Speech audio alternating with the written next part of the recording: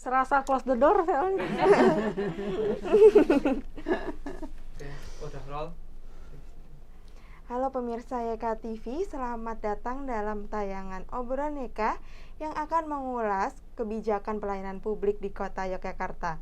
Saya Almira Nabila, senang sekali menyapa Anda pada episode yang sangat spesial ini, yakni mengenai sensus penduduk 2020 lanjutan. Telah hadir narasumber kita pada hari ini, yakni Kepala Badan Pusat Statistik Kota Yogyakarta, Ibu Mainil. Selamat siang Ibu. Selamat siang. Apa kabar? Mbak Almira, alhamdulillah baik. Ibu sedang sibuk apa belakangan ini? Memang lagi agak sedikit padat ya kegiatan kita pada bulan-bulan ini, termasuk juga bulan puasa ini nih. Memang lumayan padat ini. Iya, apa aja itu Ibu? Jadi barusan juga ada Susenas, mungkin ini juga sebagian kita sudah sering mendengar nih Susenas itu setiap tahun, bahkan 2 kali ini setahun gitu. Terus ada juga sekarang kita perbaikan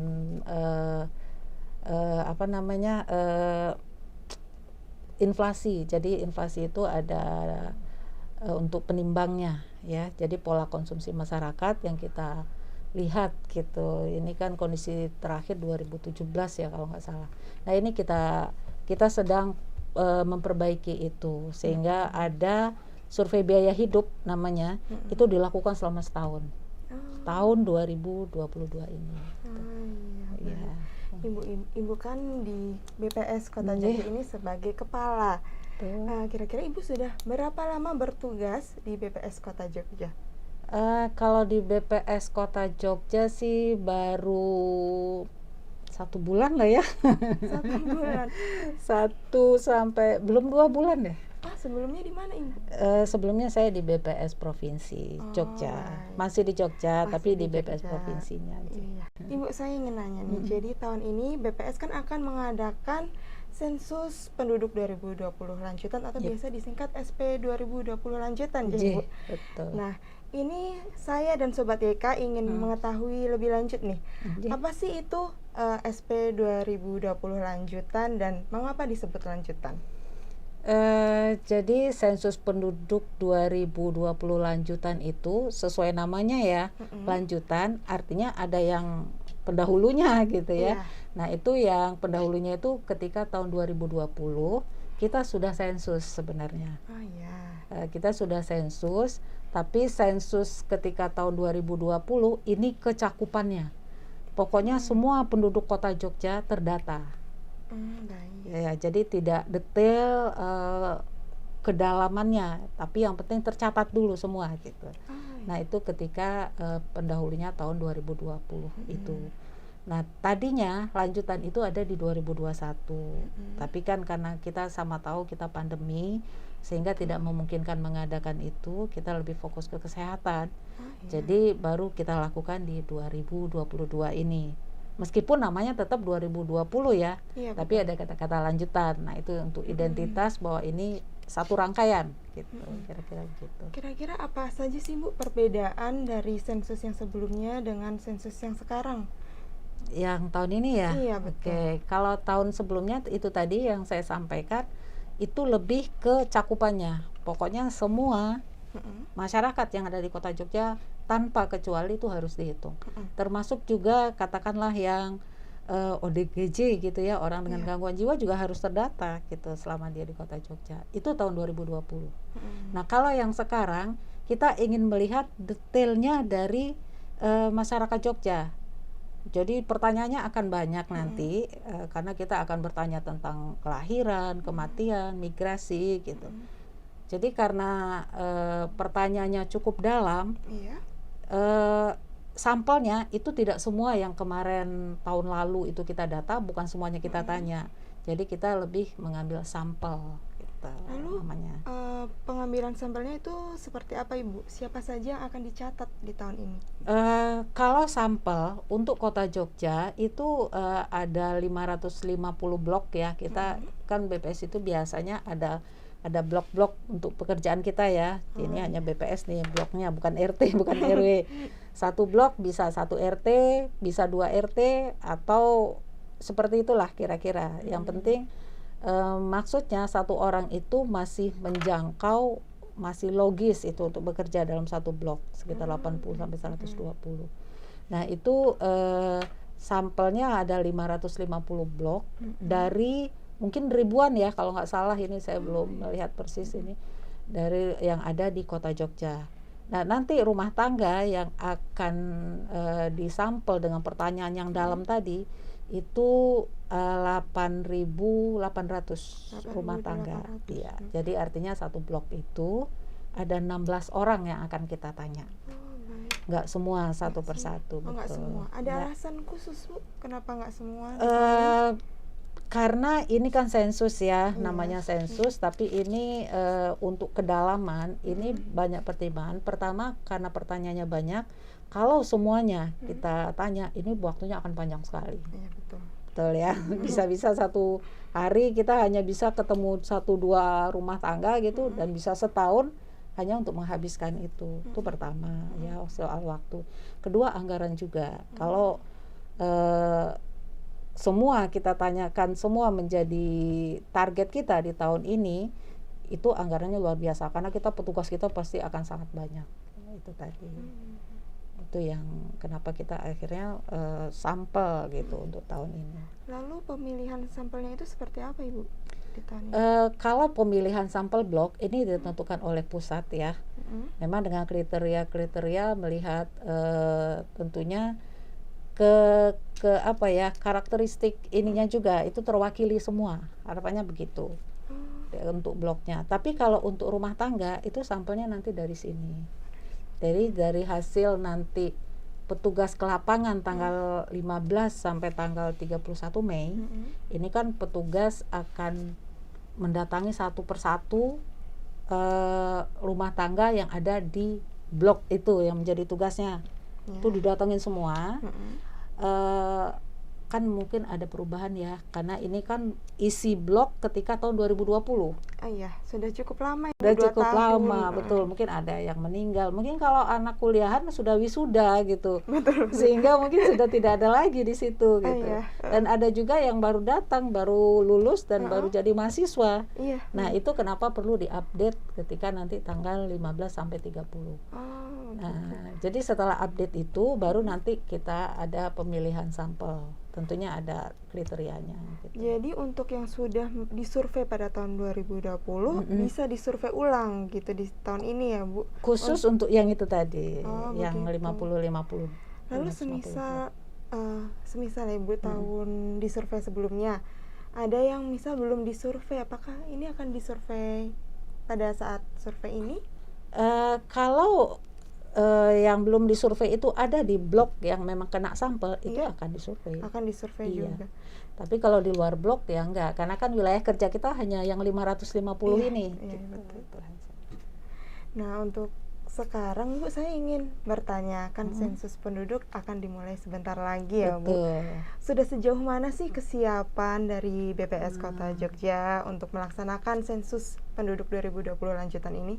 Oke, kalau untuk kesiapan untuk petugas, kita sudah melakukan rekrutmen petugas, sudah kita dapatkan dengan seleksi dan lain-lain ya, ada seleksinya kemarin, dan pelatihannya akan kita mulai nanti tanggal 7 Mei ini kita pelatihan.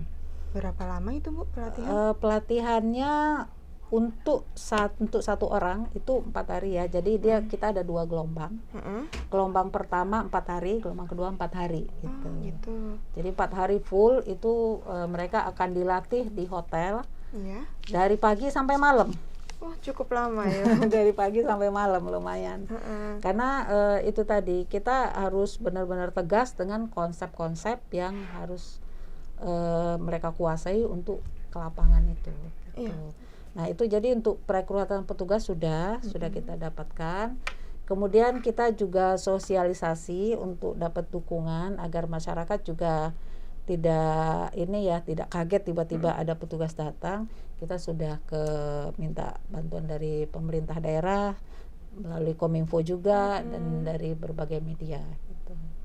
Untuk yang mengikuti pelatihan ini akan ada berapa orang nih Bu? Untuk petugas di Kota Jogja itu ada 160 totalnya, betul. Jadi mereka ada tiga ini ya, 3 kriteria lah ya. Pertama yang petugas, benar-benar nanti dari door to door di 550 blok ini. Kemudian ada juga namanya koordinator tim. Jadi ini seperti pengawas lah ya. Itu 37 orang ya kalau tidak salah. Kalau yang petugas benar-benar ke lapangan tadi 110 gitu. Kemudian yang satu lagi ini koordinator sensus kecamatan. Jadi satu kecamatan juga ada koordinatornya gitu. Nah ini ada 13 gitu. Ke semua petugas itu yang telah diseleksi sebelumnya itu? Iya betul, yang sudah diseleksi. Tapi kalau untuk koordinator sensus kecamatan itu memang kita. Jadi dari petugas BPS, betul. ya. Koordinator tim juga sebagian dari kita BPS, sebagian juga ada mitra dari non BPS. Tapi semua dilatih, walaupun orang BPS juga dilatih nanti di 4 hari itu. Kalau di luar dari yang dilatih di 4 hari itu, BPS apakah bekerja sama dengan perangkat-perangkat di wilayah lainnya seperti RT atau perangkat yang lainnya, Bu? Gitu. Ya, jadi memang kita bekerja samanya itu tadi melalui pihak Pemda ya, melalui kita sudah kelonun ke Pak Sekda, minta bantuan beliau. Jadi kita sudah sosialisasi dengan Pak Mantri Pamung Praja sudah, kemudian juga dengan lurah ya, dengan seluruh lurah di kota itu sudah kita adakan sosialisasi. Dan nanti juga akan ada surat tentunya, dan petugas kita juga akan membawa surat, gitu, surat. Dan para petugas juga harus ya kulonuwun lah ya ke penguasa wilayah, mulai dari Pak RT-nya, Pak RW atau lurah, gitu. Tetap ada ininya seperti itu. Oh, baik Ibu. Nah, untuk tadi sudah dibahas mengenai petugas-petugas dan kesiapannya. Sekarang saya ingin bertanya nih Bu, bagaimana sih cara masyarakat mengenali petugas BPS? Apakah ada atribut khusus dari petugas BPS itu sendiri? Iya, jadi untuk petugas yang nanti ke lapangan, ini rencananya akan ada identitas khusus. Memang yang pasti mereka akan punya name tag juga gitu ya. Terus mereka juga ada rompi ya, bukan jaket tapi rompi BPS. Terus mereka juga topi kayaknya mungkin tidak ya, karena memang tidak sebanyak yang ketika tahun 2020 ya. Cuman nanti sebagai prokes tentunya semua menggunakan ya. Tapi kalau identitas ya itu tadi ada rompi, menggunakan ada name-tag, ini gitu. APD, masker dan face shield pasti mungkin Bu? Iya itu harus, karena kan memang itu menjadi salah satu syarat ya prokes. Jadi ternyata dari BPS sendiri juga memprioritaskan dan kesehatan dan keamanan petugas dan juga respondennya. Betul, ya, Ibu. pasti. Jadi jika seperti itu, maka giliran Sobat YK dan masyarakat Kota Jogja yang menjaga protokol kesehatan COVID. Jadi ketika menemui petugas juga tetap menggunakan masker dan menjaga jarak. Seperti benar. itu. Kita juga berharap nanti responden juga ketika didatangi pakai masker lah gitu, biar kita sama-sama aman gitu ya. Betul, sama-sama aman dan nyaman gitu. Betul. Nah Ibu, kini kita telah mengetahui seperti apa petugas BPS, petugas sensus penduduk itu ya. Nah selanjutnya jika kita sudah mengetahui bahwa yang datang benar adalah petugas sensus penduduk, apa yang perlu masyarakat siapkan dan lakukan untuk menyambut? Bukan menyambut bukan menyambut. Apa dong istilahnya? Ketika didatangi nanti apa nih persiapannya gitu ya. Berkas-berkasnya dan kelengkapan datanya seperti itu. Yang pasti nggak perlu menyiapkan minuman, nggak penting gitu ya. Yang perlu itu ya jika lupa tentunya KTP ya barangkali gitu. Tapi kalau ingat nggak perlu KTP juga nggak apa-apa kali. Nanya nik, nanya ini gitu, nomor kakak gitu ya. Tapi itu memang salah satu nanti untuk identitas ya, ketika pemutakhiran juga beberapa KTP. Kalau dulu kan kita butuh surat nikah segala ya. Kalau sekarang nggak tahu nih, secara fisik kemungkinan besar enggak lah ya, karena kan kita hanya update dari yang kemarin gitu. Harusnya sudah ada nih data-data yang kemarin. Betul. Oh, baik Ibu. Untuk ke depan dari data yang telah diambil di sensus itu, outputnya itu akan seperti apa Ibu? Outputnya nanti yang pasti kita akan ada data-data, bentuknya apakah publikasi nanti pasti ya, biasanya publikasi, ada analisis juga, ada juga data proyeksi penduduk ya sampai tahun 2050 malah targetnya, mudah-mudahan bisa kita proyeksikan gitu. Dan yang pasti itu ya data-data yang akan kita hasilkan. Apa saja datanya? Yaitu tadi mungkin jumlah anak lahir hidup dan lain-lain, ada jumlah kematian, jumlah migrasi yang tahunan, yang migrasi recent dan lain-lain. Itu salah satu, bukan salah satu, itu output-output yang nanti harapannya kita dapatkan dari situ. Dan itu akan kita publikasikan pastinya. Gitu. Itu indikatornya sudah ditetapkan dari pusat. Betul. Dan itu sama seluruh Indonesia. Sama seluruh Indonesia. Betul. Kalau tidak nggak bisa terbandingkan dong nanti. Iya betul. Biar ada kesatuan data juga. Betul. Ibu. Kan kita targetnya satu data kependudukan Indonesia. Satu data Indonesia malah, tidak hanya kependudukan. Oh gitu. Baik.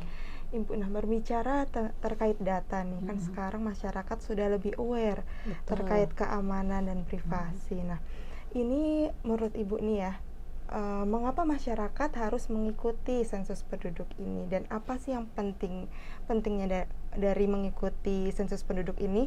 Lalu bagaimana dari BPS ini menjamin kerahasiaan data dari respondennya, Ibu? Oke. Jadi dari sisi kerahasiaan dulu ya. Jadi dari sisi kerahasiaan, bahwa BPS itu memang ada undang-undang yang dasar kita ya, bahwa data yang kita peroleh itu benar-benar rahasia, dan itu cukup berat. Jika data itu bocor, ini sanksinya cukup berat buat kita ini, si pembocor data ini. Jadi biasanya tidak hanya sensus penduduk, semua survei itu selalu ada kalimat rahasia gitu, dan itu benar-benar rahasia dan tidak akan bocor kemanapun gitu ya. Itu dari sisi kerahasiaan. Dan insya Allah memang pengalaman selama ini kerahasiaannya ya benar, rahasia dengan baiklah, dijamin gitu. Nah, kalau pentingnya kenapa masyarakat harus ikut ya, dan bersedia menjawab, karena ini menjadi salah satu indikator untuk pemerintah daerah mengambil kebijakan sebenarnya. Karena kalau nanti datanya memang sudah kita dapatkan, dan indikator-indikator yang tadi itu yang kita sebutkan itu ada, ini kan pemerintah jadi tahu ini apa target yang harus dilakukan tahun ini gitu. Jadi dengan penduduk yang seperti ini, apa yang dibutuhkan? Misalnya ketika didapat, wah penduduk lansianya banyak misalnya ya. Nah, berarti kita harus ada kebijakan apa ini terkait lansia ini gitu. Begitu. Terutama ini setelah pasca pandemi ya Ibu. Sepertinya data ini sangat dibutuhkan untuk pemulihan pembangunan, pemulihan ekonomi, kesehatan, pendidikan juga ya Ibu. Betul. Oh ya, baik. Jadi Sobat YK, BPS ini tidak hanya mempedulikan tentang kesehatan dari dan keamanan dari petugas dan respondennya, tapi juga keamanan data. Jadi jangan ragu untuk menjawab pertanyaan dari petugas secara benar dan juga jujur. Betul. Terima kasih. Iya. Nah, Ibu, saya ada beberapa contoh kasus nih, Ibu. Oh, ya. Nah, untuk contoh kasus yang pertama, kan terkadang di suatu rumah itu ada asisten rumah tangga. Betul. Nah, apakah asisten rumah tangga ini akan disensus juga masuk di blok itu? Oh iya. Jadi konsep dari sensus itu kan tidak ada yang terlewat. Itu konsep pertama ya, yang namanya sensus itu gitu. Jadi apakah dia asisten rumah tangga, apa dia kepala rumah tangga, selama dia ada di rumah tangga sampel, itu akan didata juga. Tentunya nanti ada konsep-konsep yang harus dipenuhi ya. Misalnya kalau asisten rumah tangga ini hanya datang pagi buat bersih-bersih terus pulang, nah dia akan didata di rumahnya kalau kebetulan rumahnya kena sampel gitu ya.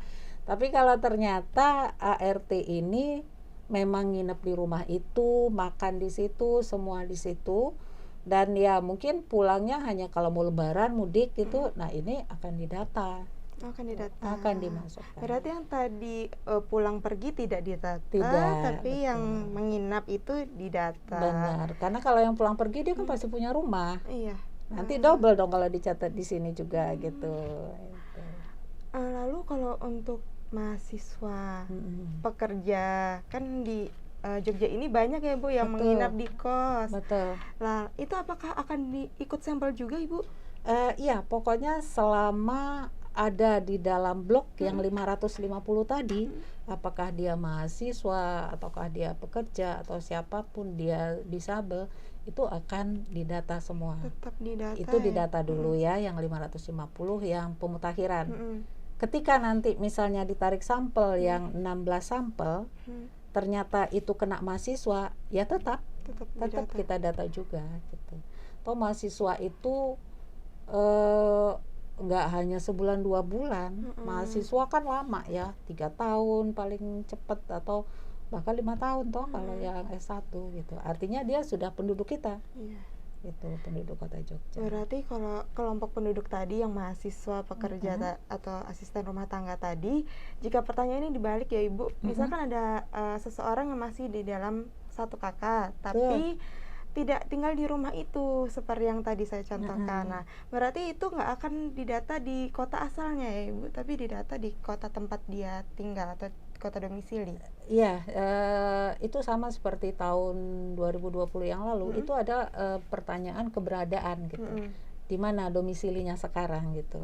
Kalau ternyata dia sudah berumah di tempat lain, apalagi di provinsi lain, ya dia akan tidak akan didata di sini gitu. Dia akan didata di tempat tinggalnya. Sesuai dengan konsep, kalau di BPS kan ada konsep niatnya untuk menetap, kemudian ada 6 bulan ya atau 1 tahun sekarang gitu.